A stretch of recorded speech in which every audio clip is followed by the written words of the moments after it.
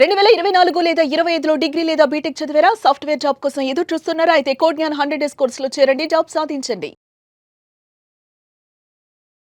నమస్కారం సార్. నమస్తే అండి శ్రీ గారు. ఇప్పటి వరకు మనము చాలా వీడియోస్ చేసాం అండ్ అందులో ఎస్పెషల్లీ 498 సెక్షన్ ఏ ఏదైతే ఉందో అందులో ఈ సెక్షన్లో ఎక్కువ మంది భర్తలు భార్యలు పెట్టే ఈ కేసు వల్ల అనేక రకాలుగా ఇబ్బంది పడడము, అలిగేషన్స్ వాళ్ళ మీద రావడము అండ్ వాళ్ళ కెరియర్ పాడవడము ఇలాంటి ఎన్నో సందర్భాలు మనం చూడడం జరిగింది. సో అలాంటి సిచ్యువేషన్లో ఇంకా ఈ సందర్భాల్లో మేము ఉన్నాము. మాకంటూ లీగల్గా ప్రొటెక్షన్ ఉందా, మేము లీగల్ పరంగా ముందుకు వెళ్ళాలి అంటే ఎలా ఉంటుంది అని అడిగే వాళ్ళు కూడా చాలా మంది ఉన్నారు. సో ఎలా ఉంటుంది సార్, వాళ్ళకి లీగల్ పరంగా ప్రొటెక్షన్ అనేది ఉందంటారా? ఇప్పుడు మీరు మాట్లాడుతున్న ఈ టాపిక్ సంబంధించి శ్రీ గారు అనేక వీడియోలు మనం చేసినప్పటికి కూడా స్టిల్ ఇప్పటికి కూడా అబ్బాయిలు చాలా సఫర్ అవుతూ ఉంటారు. 498 అన్నటువంటి ఈ కేసుకు సంబంధించి నన్ను అనేక మంది సంప్రదిస్తూ ఉంటారు.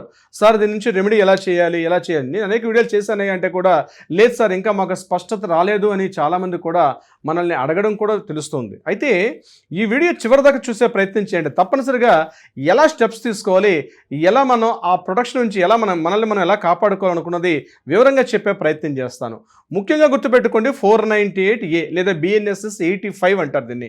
అంటే ప్రధానంగా మీ నుంచి భార్య వెళ్ళిపోయిన తర్వాత, మీ దగ్గర నుంచి భార్య దూరమైన తర్వాత ఫస్ట్గా వాళ్ళు చేసే పని ఏంటంటే పోలీస్ స్టేషన్కి వెళ్ళి మీ మీద కంప్లైంట్ చేస్తారు. పోలీస్ స్టేషన్లో మీ మీద కంప్లైంట్ చేసినప్పుడు ఫస్ట్ మీకు పోలీస్ స్టేషన్ నుంచి ఫోన్ వస్తుంది. పోలీస్ స్టేషన్ నుంచి మీకు ఫోన్ రాగానే మీరు భయపడాల్సిన అవసరం లేదు. గుర్తుపెట్టుకోండి, మీరు సింగిల్గా పోలీస్ స్టేషన్కి వెళ్ళే ప్రయత్నం చేయకండి. మీరు కానీ, మీ పేరెంట్స్ కానీ, మీ బంధువులు కానీ, మీ సిస్టర్స్ కానీ, మీ బ్రదర్స్ కానీ వీళ్ళ మీద కంప్లైంట్ వస్తుంది. మీరు పోలీస్ స్టేషన్కి వెళ్ళే ముందు తప్పనిసరిగా ఒక అడ్వకేట్ని కూడా తీసుకెళ్లే ప్రయత్నం చేయండి. అప్పుడు ఏమవుతుందంటే అక్కడ పోలీస్ డిపార్ట్మెంట్లో ఉన్న SHO గారు మీ మీద రకరకాల ప్రశ్నల వర్షాన్ని కురిపించే ముందు మీరు వాటిని ఫేస్ చేయాలంటే తప్పనిసరిగా మీ దగ్గర ఒక సీనియర్ అడ్వకేట్ మీ పక్కన ఉంటే చాలా వరకు ఫేస్ చేస్తాడు. That is the rule number 1. గుర్తుపెట్టుకోవాలి, మీరు సింగిల్గా అలోన్గా ఎప్పుడు కూడా పోలీస్ స్టేషన్కి వెళ్ళవద్దు. మీ మీద కంప్లైంట్ ఉంది అని మీకు ఫోన్ కానీ వస్తే ఇది మీరు తీసుకోవాల్సిన ఫస్ట్ స్టెప్. రెండోది గుర్తుపెట్టుకోండి, ఇది యాక్చువల్గా కాగ్నిజబుల్ నాన్ బెయిలబుల్ వారెంట్ అయినప్పటికి కూడా అంటే ఏంటి, ఇది మిమ్మల్ని ఇక్కడ సుప్రీంకోర్టు కొన్ని సందర్భాల్లో చెప్తుంది అరెస్ట్ చేయకూడదు అని చెప్పి. సో నేను 3 పాయింట్లు చెప్తాను. ఆ 3 పాయింట్లు మీరు step by step, step 1, step 2, step 3 3 చెప్తాను.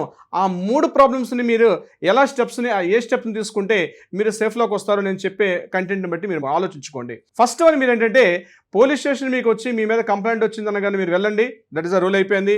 ఇప్పుడు మీరు స్టెప్ 1 ఏం చేయాలి, మీ మీద FIR నమోదైంది, మీ మీద ముందుగా కౌన్సిలింగ్కి పిలిచే ప్రయత్నం చేస్తారు. కౌన్సిలింగ్ జస్ట్ ఓన్లీ ఫార్మాలిటీయే కానీ దానివల్ల పెద్దగా ప్రయోజనం ఉండదు. ఫస్ట్ మీ మీద కంప్లైంట్ వచ్చింది అంటే మిమ్మల్ని అరెస్ట్ చేస్తారా అని చాలామంది భయపడుతూ ఉంటారు. గుర్తుపెట్టుకోండి, సుప్రీంకోర్టు అనేక సందర్భాల్లో చెప్పడం జరిగింది 498 లేదా 85 BNSS ఎప్పుడైతే మీ మీద నమోదవుతుందో ఇది వరకట్న వేధింపులు, క్రూయల్టీ, మిమ్మల్ని మానసికంగా శారీరకంగా వేధింపులకు గురి చేస్తున్నారు అనేది సంబంధించింది. కాబట్టి ఇది స్టేషన్ బెయిలబుల్. అంటే ఎలా ఉంటుంది, మిమ్మల్ని FIR నమోదవగానే మీరు టెన్షన్ పడకండి, మీతో అడ్వకేట్ ఉంటారు.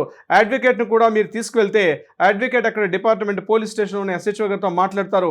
41 CRPC నోటీస్ తీసుకుంటారు. అంటే ఏంటి, ముందస్తుగా మీ వివరాలన్నీ కూడా నమోదు చేసుకుంటారు. స్టేషన్లో ఎప్పుడు పిలిస్తే అప్పుడు వెళ్ళి మిగిలిన వివరాలకి మీరు సిద్ధంగా ఉన్నట్టు. అంతే తప్పించి మీ మీద మ్యాక్సిమం అరెస్ట్ చేసే విధానం మాత్రం రెగ్యులర్ కేసుల్లో అయితే లేదు. నెంబర్ 2, స్టెప్ 2 నేను చెప్తాను. స్టెప్ 2 ఏంటి, ఒకవేళ మిమ్మల్ని అరెస్ట్ చేసేటట్టుగా అంత బలమైనటువంటి కారణాలు కానీ కనిపిస్తూ ఉంటే, మిమ్మల్ని అరెస్ట్ చేసే విధంగా కానీ అక్కడ సిచ్యుయేషన్స్ ఉన్నట్లయితే మీరు ఇమ్మీడియట్గా మీ అడ్వకేట్ని అప్రోచ్ అవ్వండి. సెషన్స్ కోర్టులో కానీ ఫ్యామిలీ కోర్టులో కానీ వెళ్ళి మీరు బెయిల్ తీసుకునే అవకాశం కూడా ఉంటుంది. That is called anticipatory bail అంటారు. ఆ యాంటిసిపేటరీ బెయిల్ ఎలా ఉండాలి, ఏం తీసుకోవాలి, డీటెయిల్స్ అన్నీ కూడా మీరు దాన్ని అప్రోచ్ అయితే తప్పనిసరిగా మీకు యాంటిసిపేటరీ బెయిల్ వచ్చే అవకాశం కూడా ఉంటుంది. That is the step number 2.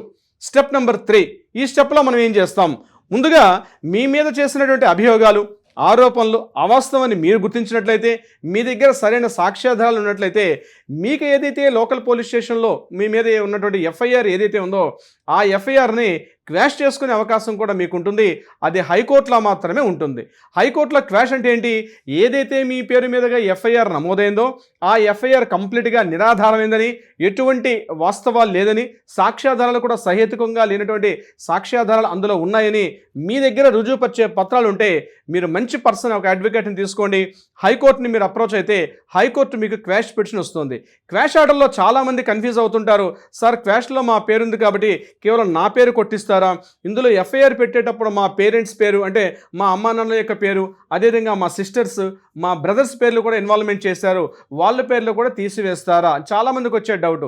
సిచ్యుయేషన్స్ని బట్టి అందరి పేర్లు తొలగించే అవకాశం ఉంటుంది. బట్ అవి నిరాధార ఆరోపణలని మీ అడ్వకేట్ ద్వారా మీరు సరైన సాక్ష్యాధారాలు హైకోర్టులో మీరు సబ్మిట్ చేస్తే మీకు ఆ ఎఫ్ఐఆర్ని క్వాష్ చేసే అవకాశం ఉంటుంది. బిఫోర్ దట్ మీరు హైకోర్టులో ఎప్పుడైతే క్వాష్ పిటిషన్ ఫైల్ చేస్తారో అప్పుడేమవుతుందంటే కింద కోర్టులో ఏదైతే ఛార్జ్ షీట్ ఫైల్ అవుతుందో అంటే ఎఫ్ఐఆర్ తర్వాత వచ్చే ప్రాసెస్ ఇస్ ఛార్జ్ షీట్, ఆ ఛార్జ్ షీట్ని కూడా ఎక్కడికక్కడ స్టాప్ చేసే అవకాశం కూడా ఉంటుంది. అలాంటి పొజిషన్లో మీరు క్వాష్ ఆర్డర్ కోసం చెప్పి మీరు హైకోర్టులో కూడా అప్రోచ్ అయ్యే అవకాశం కూడా ఉంటుంది. సో స్టెప్ 1, స్టెప్ 2, స్టెప్ 3 చెప్పాను. ఈ 3 స్టెప్పుల్లో మీరు కానీ అప్రోచ్ అయితే తప్పనిసరిగా 498 లేదా 85 BNSS అంది మీరు బలంగా ఎదుర్కొనే అవకాశం కూడా ఉంటుంది సిరి గారు. Great sir. అండ్ మీరు చెప్పినట్టుగానే ఒక్కొక్క సిచ్యువేషన్లో ఒక్కొక్కటి సెట్ అవుతూ ఉంటుంది.